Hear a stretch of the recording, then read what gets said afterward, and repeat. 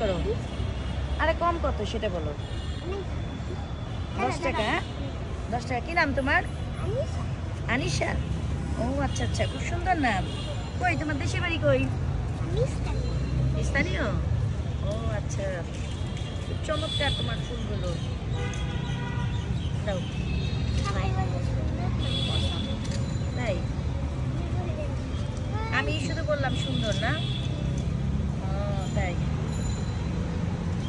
এই দেখো তোমার ফুল আমি কি করি দেখছো? কেচে ছিল। এটা কত কেমন লাগতেছে? সত্যি? এই আপনারা বলেন তো কেমন লাগতেছে? ওর কাছ থেকে ফুলটা কিনলাম, ওর সাথে একটু গল্প করলাম। স্কুলে পড়ো না? স্কুলে পড়ার পাশাপাশি এই ফুল বিক্রি করো? ও আচ্ছা আচ্ছা, কোন ক্লাসে পড়ো? টুতে পড়ো? কোন স্কুলে?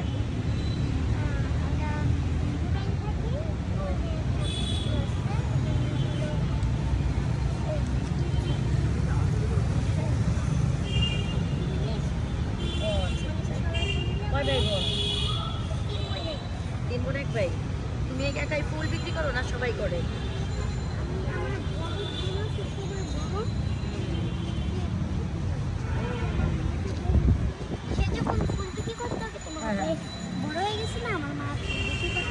ও আচ্ছা আচ্ছা, তাই না? স্কুলে পড়াশোনা করো বুঝছো? আরবিও করো? মাশাআল্লাহ, ভালো তো, খুব ভালো। পড়াশোনা করবা যতটুকুন পারো, তোমার মা বাবার যতটুকুন সামর্থ্য আছে। তারপরে এখন তো অনেক শিক্ষা, অনেক সুযোগ সুবিধা আছে, তোমাদেরকে বিনা পয়সায় পড়াচ্ছে, তাই না? অনেক সুযোগ সুবিধা আছে না?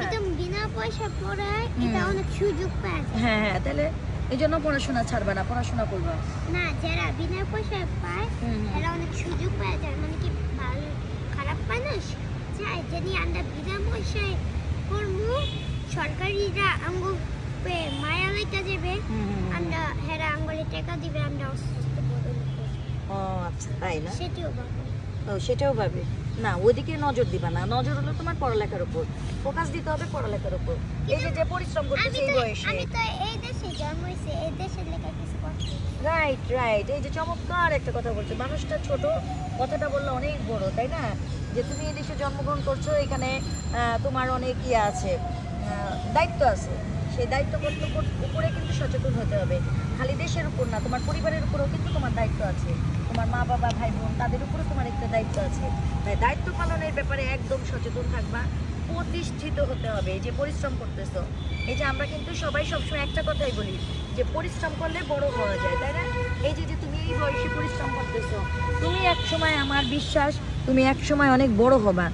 কারণ তুমি এই বয়স থেকে তুমি বুঝে গেছো জীবন কাকে বলে।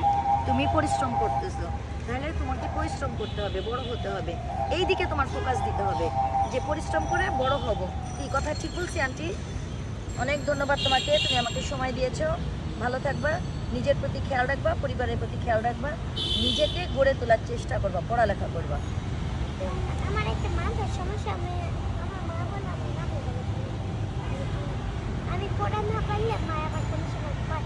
তুমি মাথায় গোবর বড়ালা হয়েছে? না না না, গোবর না, এমনি ভালো আছে, সব ঠিক আছে। তুমি শুধু পড়াশোনা করো। আমি সব দিক দিয়ে মনে করতে পারি, পড়ে যাবো। ওটা আস্তে আস্তে মনে হয়ে যাবে, আস্তে আস্তে পারবা তুমি, সমস্যা নেই, কোনো কিছু হবে না। তোমাকে অনেক ধন্যবাদ, আমাকে সময় দিয়েছো। ভালো থেকো, হ্যাঁ? আর এইভাবে কাজ করে যাও, সততার সাথে, নিষ্ঠার সাথে কাজ করে যাও, তুমি একদিন বড় হবা ইনশাআল্লাহ।